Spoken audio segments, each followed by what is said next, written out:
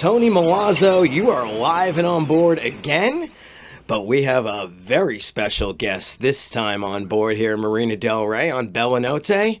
I'm a big fan of his. Comedian, actor, director. Right. If I miss something, you have to tell me.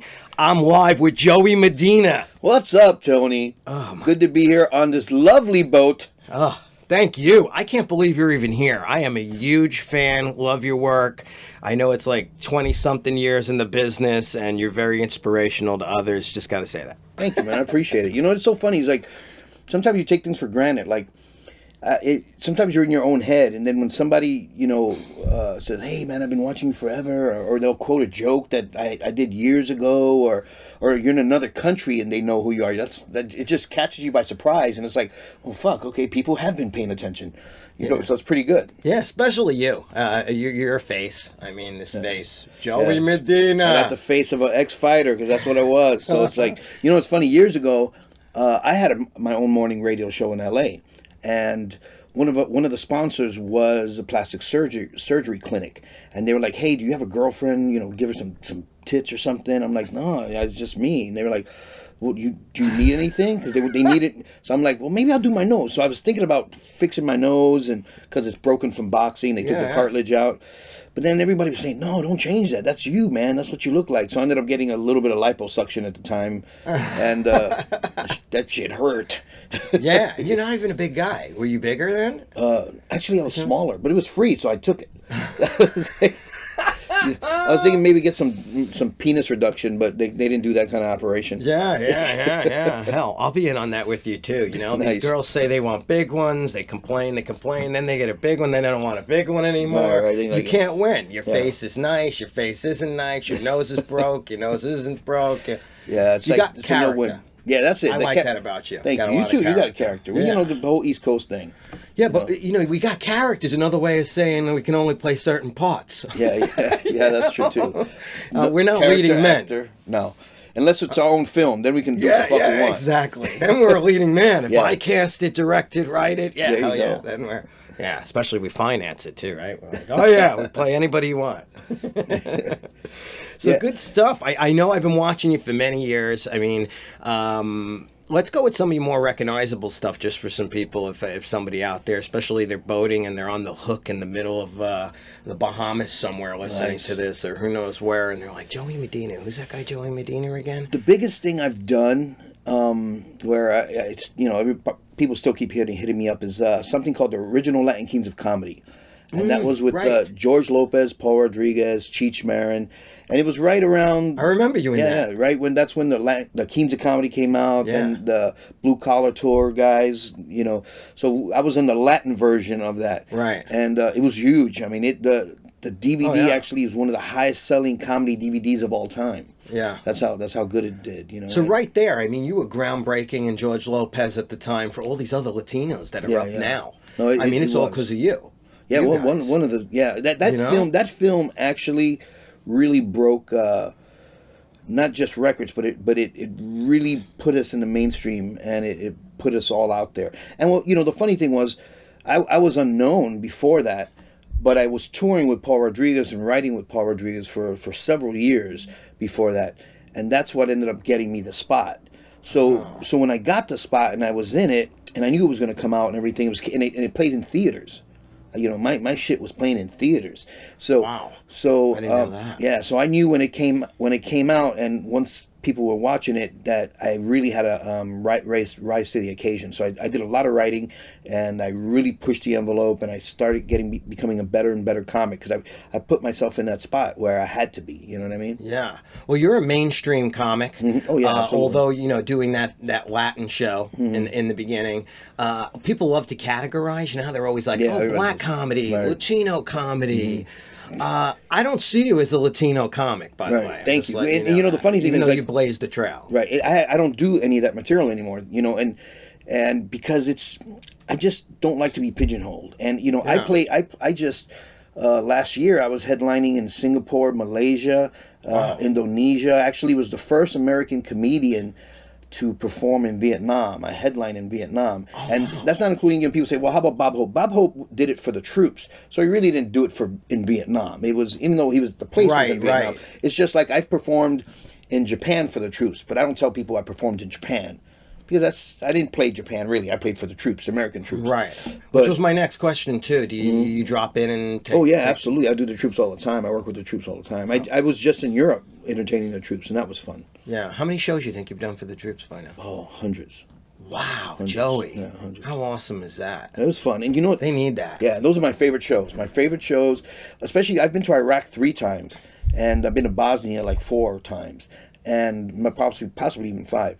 But those are the best. I tell people those are the best shows and the worst shows. They're the worst shows because they're hard on you. They're hard on you. The money's not great, you know, but it's you wake up early. You're waiting for a helicopter to take you somewhere. Then it doesn't come, and you're running around. You got, you know, I did a show one time in the middle of a freaking sandstorm for a few troops. They were there, and all their faces were covered with handkerchiefs, and I'm eating. I mean, I'm eating sand as I'm talking, and I'm thinking I'm gonna shit a sandcastle because I'm literally eating sand as I'm doing the show. But it didn't matter because these troops, you could see it. They're so hungry. And when I realized what I was doing was really good was when I got back. The first time I went overseas to Iraq and I came back to the States, I got letters from or emails from mothers and wives saying, you don't know what that meant to my son. You know, he was there, and now he said he had such a great time, and for an hour he forgot where he was.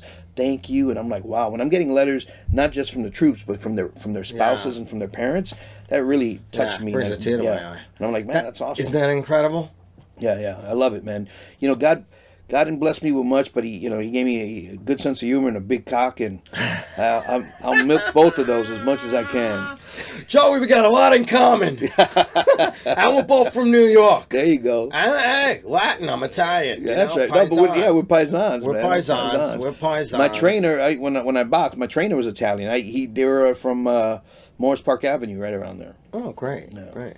So do you know a lot of the boys? Because not only from New York, my grandfather was a Golden Glove guy, but when I got here, I didn't meet too many New Yorkers, and I ran into Jacqueline Stallone, and she said, hey, they're all in my backyard, and she gives me an address, and I show up, and there's 60 guys from New York there, and it was Vinny Curto, Patinente, you know Vinny, I know Vinny. The Vinnies, everybody was the there Vinnies, in the backyard. Vinny. I'm like, Vinny, Vito, and Vito. Yeah. Vinny, and Vito. Everybody was there, and they had the best pizza too. Yeah, by the way. yeah, I bet, dude, I love that. Good pizza, and everybody was. I didn't realize how short everybody was too. I'm going, damn, because I'm short.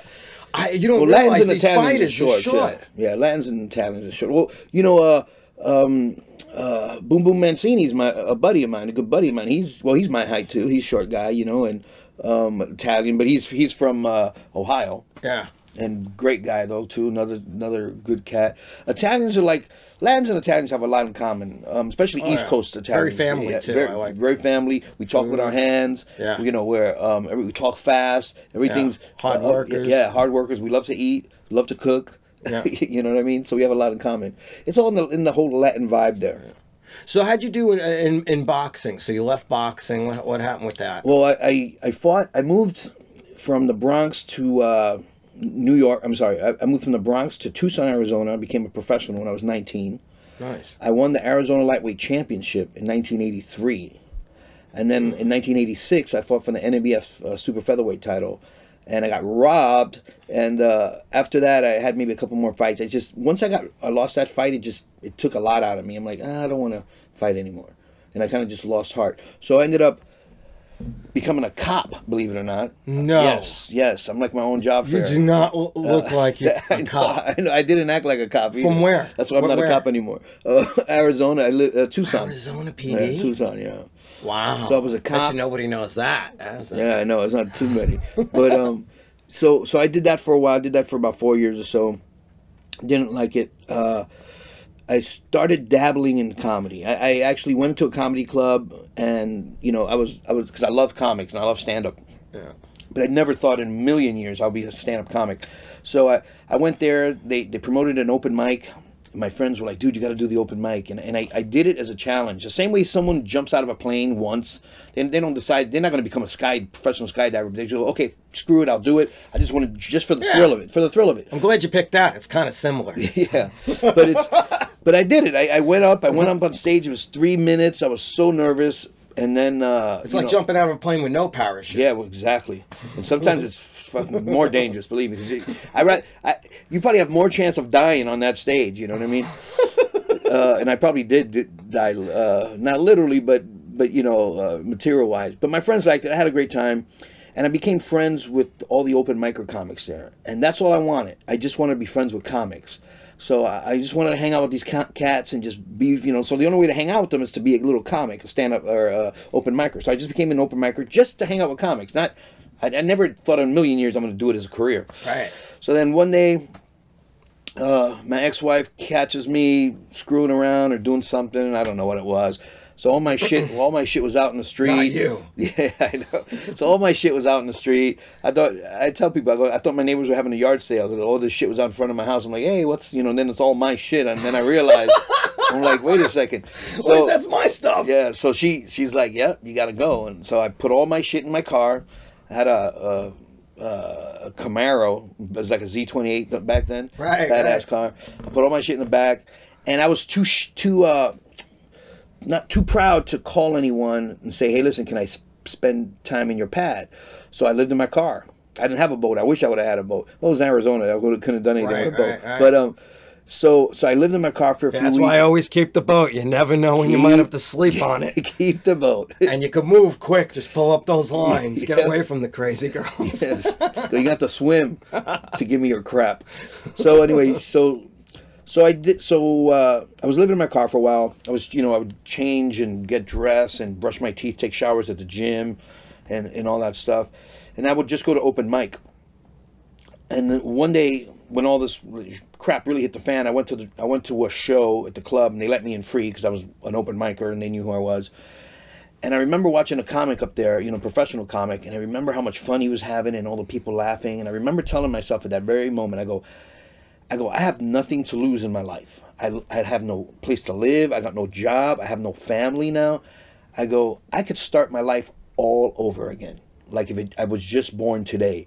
And I said, what do I want to do? And I looked at that comic, and I said, I'm going to do that. I'm going to become a comedian, a real one. And then that was it. That's all she wrote after that, you know. And I've had a lot of ups and a lot of downs.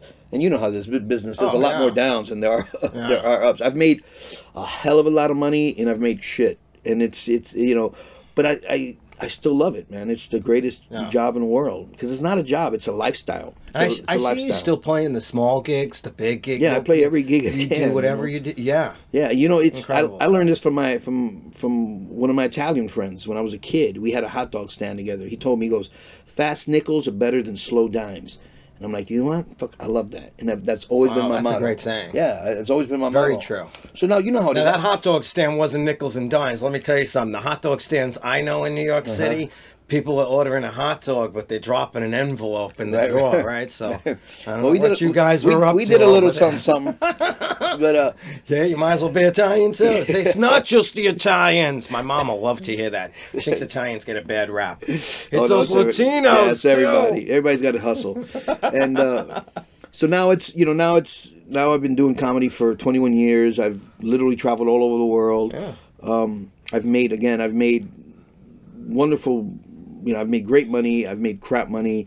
And I just work, man. To me, if it's work, it's work. I'll take it, and if it's not a hassle, it's you know, I say no to a lot of things just because somebody offered me a gig the other day, and it was ridiculous. The money was blah, but it was so fucking far. Like, it was in Arizona. I'm like, I'm not gonna drive, and it's a place I had to drive. Like, it's because I forgot where it was. It was up near Flag. It's like there's no airport nearby. I'm like, oh fuck, I'm not gonna drive that far. It's just I'll stay home. Yeah. You know I drive a Prius. Oh, you're green. You know what, dude? I did it because before my Prius, I had a Jag, and I was spending $70 to fill that shit up, and this was a year and a half ago. Oh. And so now it would have been more, and I'm like, I just hated putting. To me, it was a waste of money. It was just for the principle.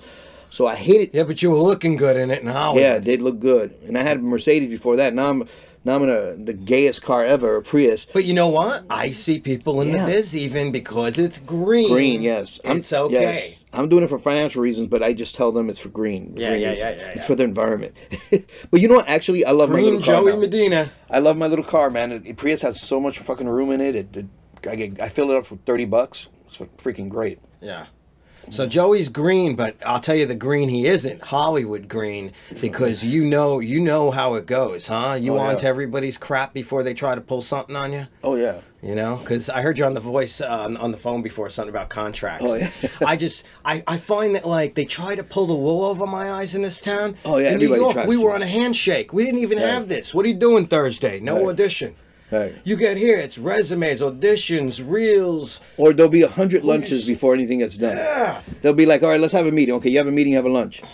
Then, all right, let's have another one next week. Look, what are we going to talk about that we didn't talk about yet? We already talked about it. Like, Get her done. Yeah, I'm exactly like that, dude. And I think it's an East Coast thing. It's like, I don't think they know what they're doing. Let's get going. So that's Let's how they get cover cracking. it up. You ever notice that? Yeah. The yelling too. I'm on sets out here. You ever see the yelling? And there's like 20 people all nervous now. There's right. people screwing. When people yell on a set, they don't know what they're doing. I agree. I know that because that's their like little I agree. start a fight with somebody, start some arguments, get some tension going because I'm in way over my head because I'm somebody's cousin, Right. or I slept with the director. Right. You know. I've been, you know, when I'm directing something on my sets, I'm the most, and I have no patience and I have a bad temper. But for some weird reason, when I'm on set directing, I'm the calmest cat on the whole in the whole production, and I should be because I'm the director, and people have to follow that lead. You know what I mean? So you're creating that creative atmosphere, which is important. Don't you think that's key? Because you got to be on. You got to.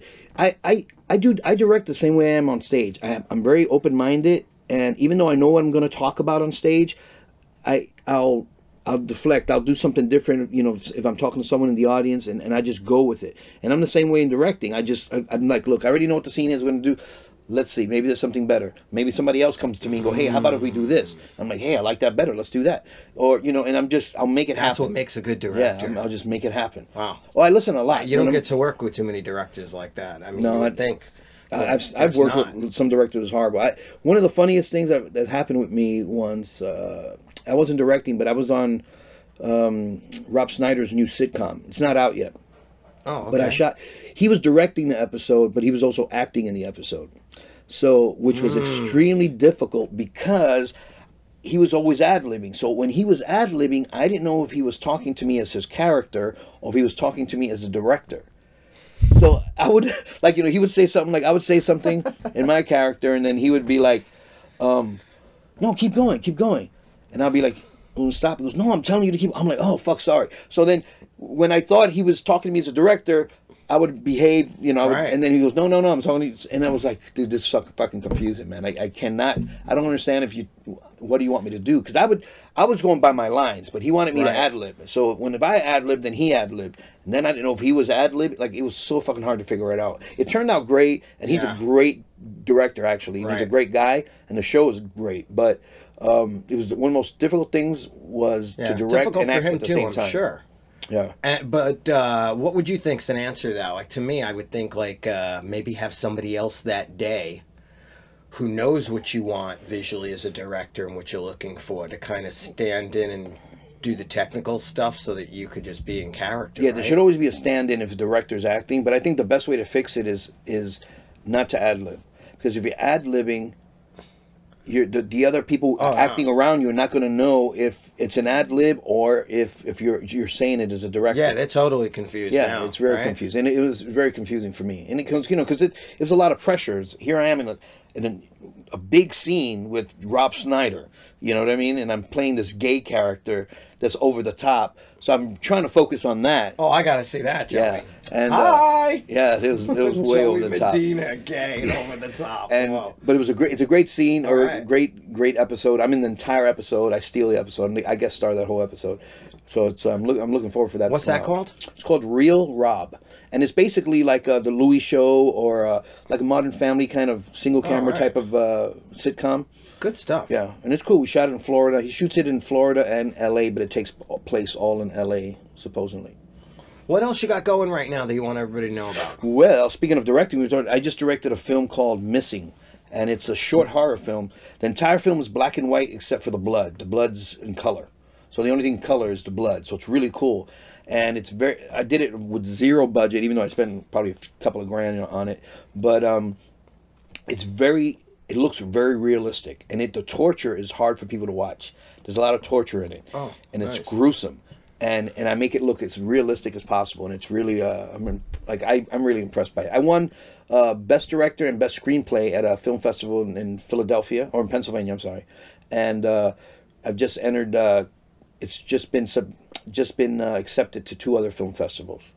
So awesome. We'll see what happens. Yeah, with that. catch that if you can. Make sure you folks Google that. Missing by Joey Medina. That's right. Joey is a Renaissance man. Can I call you that? Yes. Can I call you that? I mean, multi-talented, wears a lot of hats, everything he does. Just wish it all paid off. That would be nice. Off the Richter scale. Off the Richter scale. I'm a big fan. Thanks, man. I appreciate it. So where can they find JoeyMedina.com? Do you have? You go to JoeyMedina.com. You get my tour dates there. You get there's merch if you want some merch. There's pictures, videos. Are you on Twitter too? I'm Twitter, Joey Medina Comic. So it's Joey Medina Comic, and my Facebook is Joey Medina Fan Page. And and my MySpace because I don't know the passcode. MySpace. I don't know the passcode. I can't find my passcode. I still have one. I still have MySpace. I've got like 1 million fans or something on there, and I haven't been able to bring them over. I don't even think it's around. I haven't even looked it up. If you're on MySpace, you got to kill yourself. Yeah, it's over. It's done. It's done. Folks, stop hanging on to something that's gone already. That's right. I don't get it.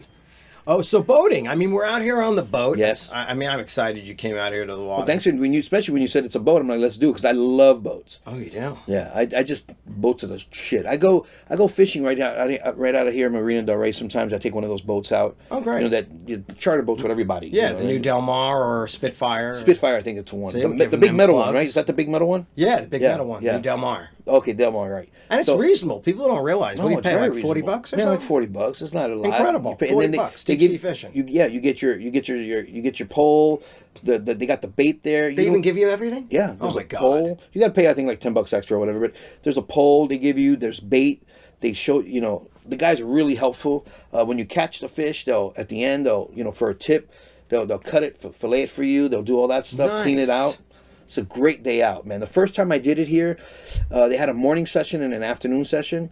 When we got back from the morning session, I said, listen, can I pay again and go out in the next session? They're like, yeah. So they gave me a discount, and it was me and my girl, and we went.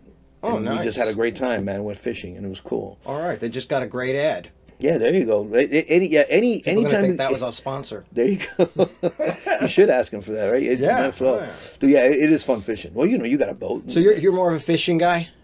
Have you done any boating that didn't include fishing? Yeah, of course. What kind?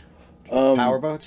Some power boats and stuff. I had some friends in Florida. I've got a friend who's got a power boat in Rob Parisi. He's the guy who sings "Play That Funky Music, White Boy." Oh, okay. So he's Wild Cherry. That he has a boat in Florida, so I went there. Miami or? No, it's is it St. Petersburg or St. Petersburg, I think. Are there places to go? Because like Miami has a Newport, you can go places. Mm-hmm. This harbor, right? I joined the yacht club, so I have a place to stop by for dinner and have cocktails with the boat. But they shut her down. This was crazy in the '80s. You could pull up to all these bars, clubs. Oh, nice. Tommy Lasoto's had a great Dimples, his club. They shut it all down. It was too much partying. See, why they now there's nothing to do. You can't go anywhere. That sucks. Well, you got Catalina. How long does it take you to go to Catalina on this boat? 6 hours by sail. That's not bad. Yeah, 30 miles, 31 miles. Yeah, it's a half a day chilling, hanging out. 5 miles back. Yeah, and I don't burn the daylight. If we go to Catalina, Joey, we even up the playing field. You know I don't see good, right? You know I got sight issues. So I'm used to living in the dark. So when do you think I go? Midnight. Nice. Don't burn the daylight. Get there at 6 a.m. The light's coming up on the island. You wake the girls up. Right. Hey, get up, get up. They wake up. I feel like Christopher Columbus. The rock is in front of me. Just discovered. I love Catalina, dude. I remember the first time. There's another commercial now we're doing. I remember the first time I went to Catalina. For some weird reason, I'm expecting it to be like Santa Monica or something. I'm like, I'll do it. I'll go.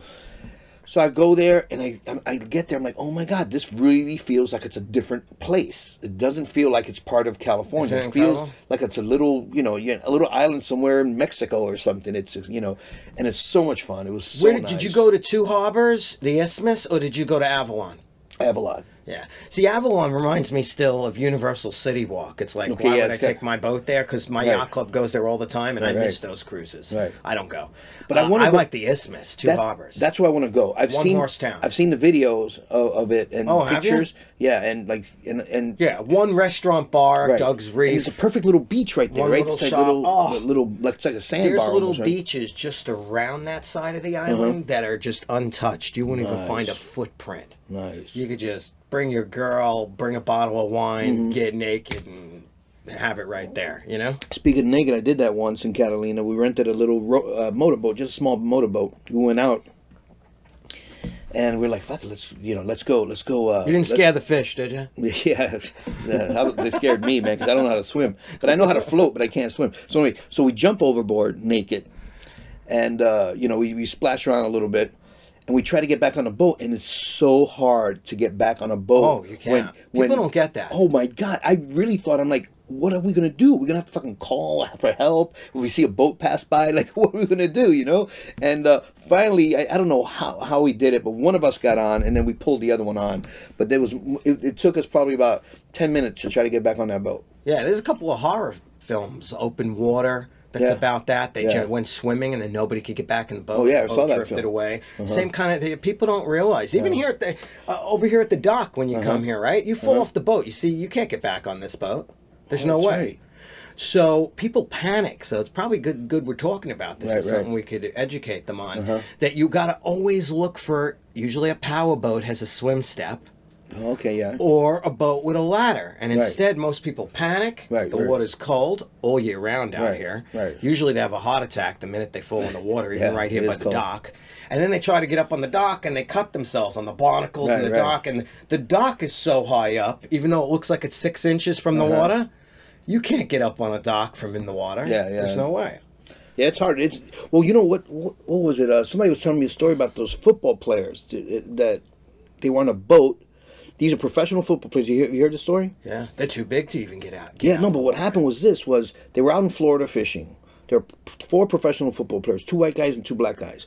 And I guess they were fishing, and the storm was coming in, and they said, okay, well, we got to put the anchor up. The anchor was stuck. And the guy who's owned the boat, he goes, oh, this happened before, and then I had to cut it, and it cost me like $200 for a new one. I know what I'll do. I'll just gun it, and we'll pull the anchor up. But what happened was when they gunned it, the boat flipped over, and all the 4 guys fell out. They couldn't radio anybody because they didn't know that it just happened. So a storm comes in. A couple of guys got delirious, the deliria or whatever, and 2 of them died. Then another one died, and then I think it was I don't know how many. I think the last guys. They were all together. They were there. He was there for 3 days or 4 days, and they finally sent a Coast Guard to rescue them because they didn't come back home. But just a simple thing. They were like, oh, he didn't want to cut the anchor. Yeah. And he just gunned it, and the boat flipped. Yeah, I did the Coast Guard and you know that stuff. and emergency stuff on purpose to learn what the screw-ups are. And it's always a series of events. Once the first one happens, it's like dominoes and takes your life. Yeah. So it's like a series of 3 to 5 events off one bad choice. Right. It's always that first. And bad the guy choice. that survived, the expert said that the reason he survived was he got seasick. So he had all his clothes on, and he was bundled up right and all that. But I don't know what happened because he must have gotten wet. So I think that's wrong. But they say what happened because he was sick is what saved him. Like I don't know, he had all his shit, or I don't know what happened. But that's horrible. Because when you're out in that ocean, and like I said, I really don't know how to swim. I mean, I could doggy paddle for a few feet, you know what I mean? But that's it. And I could stay afloat by doggy paddling, but that's all. It's funny you said there were a couple black guys there, right? Because every time I have somebody on the show or somebody on my boat, one of my black friends, the first thing they go is, I don't swim. Right, black guys don't swim. And I'm just like, that's a different sport, man. We're boating. We're boating. Stay in the boat. Stay in the boat. They think you're going to throw them overboard? I was telling Dwayne we need to do a sketch about that. It's like it's been waiting. That sketch has been waiting for 50 years, okay? It's just waiting. I don't swim. I don't know why black guys don't swim. I don't know. Maybe we'll find out when we start to improv a sketch. Yeah, there you go. Yeah, they don't swim. Well, I'm Latin, so people think I could swim, but I'm like, no, I'm not Mexican. I'm Puerto Rican. It's a little different. I'm Italian. I'm supposed to know how to sail. I do. Oh, okay. Well, there you go. That's right. It's Columbus. I had to learn. I had to learn. Yeah, dude, I like your boat, man. Well, good. And so it's roomy in here. Are you into going on some adventures? Absolutely, dude. You call me. I'm there. You promise? No, absolutely. Okay, so we're going out soon. Dude, yeah. And you have no problem with me recording it? No, I don't care. Because that might be even crazy. I don't know, Joey. Well, we have to you might start sounding like a little things. girl, or you might sound like the show you just did. Oh my God, Yeah. I'm scared. Oh, I know the gay character was funny. I don't know. You might either get scared, or you might be the tough guy on the water. I don't know. I'll be tough. I can handle it. You could end up being one of those. Arr! Dude, I love it. Joey the pirate. Every time I don't get seasick. I love being out in the water. Like I said, I don't swim, but hey, that's what life preservers are for. So hell yeah, I'm not afraid. I'm not afraid of the water. I bring a dinghy with us. We're all set up here. I snorkel. You know, when I snorkel, I don't use when I started snorkeling, I first would use a jacket. But when you fall off the boat, you just say, "Hey, I was snorkeling." Yeah, there you go. No, but you know what it is? It's easy to stay up when you're snorkeling because you got the flippers. Those flippers, you could just stay up. It just keeps you up. Oh yeah, it's easy to stay up. Wetsuit too. You fall off the boat in a wetsuit, you're set. Okay. So what does that do? I've never had one. It makes you bob around. Oh, okay. Gives you buoyancy. Oh, that's good. Yeah, wetsuit helps a lot. That's good. A lot in the water. I know they got one my size, but all right. Everybody looks like bowling pins in them too. Even if you're thin, you could be this hot-looking lifeguard guy. You put on a wetsuit, and it's like, oh, right. And if you're a little bit chubby and you put on a wetsuit, oh, you look like Till of the Hun or something. Oh fuck. You know. I got to get one anyway. Well, it's been great having you. Dude, thanks for having me on the show, man, and on your boat. Joey, you're the man. Thanks, okay? I appreciate it. I've met you coming and going at clubs, and I've been watching you on TV, and you totally inspired me. I know you inspire everybody else. You want to leave off with one last thing, or words of wisdom or something for somebody or anything? Just something I've always said, and a lot of comics say this, but I live it. Live, love, and laugh. That's what life should be all about. And fucking. I guess that's part of love. I'm with you on that. All right, words of wisdom from Joey Medina, live and on board from Marina Del Rey Harbor. All right.